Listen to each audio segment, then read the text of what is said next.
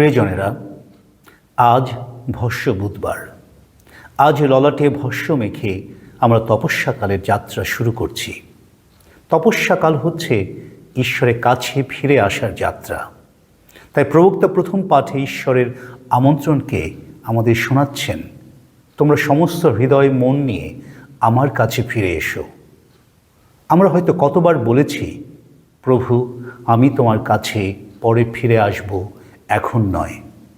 এভাবে অনেক অজুহাত দেখিয়ে ঈশ্বরের কাছে ফেরা হয়ে ওঠেনি। প্রিয়জনেরা, আজ এখনই ঈশ্বরের কাছে ফিরে আসার মোক্ষম এবং সঠিক সময়। সমস্ত হৃদয় ও মন নিয়ে তোমরা আমার কাছে ফিরে এসো। অর্থাৎ এর অর্থ হচ্ছে, এ যাত্রায় আমাদের পুরো জীবন এবং পুরো সত্তাই যুক্ত। এটি এমন একটি সময় যখন আমরা পুনর্বিবেচনা করি যে আমি কোন পথে হাঁটছি, যে পথ আমাকে পিতার আবাসে নিয়ে যায়। এটি এমন একটি সময় যখন আমি পুনরায় ঈশ্বরের সাথে আমার সম্পর্ক কেমন তা নতুনভাবে আবিষ্কার করি। তপস্যাকাল শুধু ছোট ছোট ত্যাগ স্বীকার নয়, বরং ঈশ্বরের সাথে আমি চলছি কিনা তা আবিষ্কার করা। অর্থাৎ আমার হৃদয় মন কোথায়, ঈশ্বরের দিকে নাকি আমার নিজের দিকে। তপস্যাকাল হচ্ছে দাসত্ব থেকে মুক্তির পথে যাত্রা। এই 40 দিন ইসরায়েলীয়দের 40 বছর মরুপ্রান্তরের যাত্রার অনুরূপ।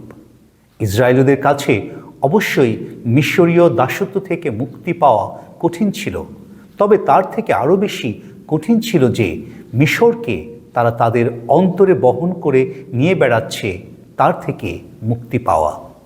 তাদের এই মরুভূমির যাত্রায় মিশরীয় অতীত অভিজ্ঞতা, মিশরীয় দেবদেবী তাদের মনে সর্বদা জাগ্রত ছিল। অনেকবার তারা ফিরে যেতে চেয়েছিল মিশরে।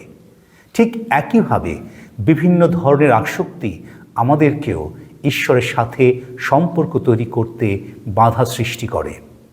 আমরা মিথ্যে যশ, খ্যাতি এবং অর্থের ফাঁদে পড়ি।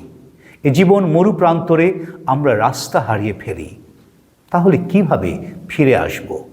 ফিরে আসব সেই অপব্যয়ী পুত্রের মতো, যে ভুলেই গিয়েছিল তার পরিবারের ভালোবাসার অভিজ্ঞতার কথা। মনে রাখা জরুরি যে ঈশ্বর সর্বদা ক্ষমাশীল।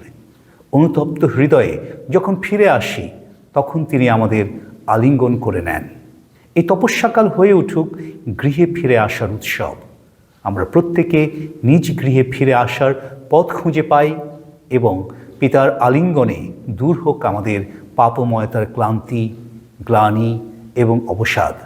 আমরা হয়ে উঠি পিতার যোগ্য সন্তান। ঈশ্বর আমাদেরকে আশীর্বাদ করুন।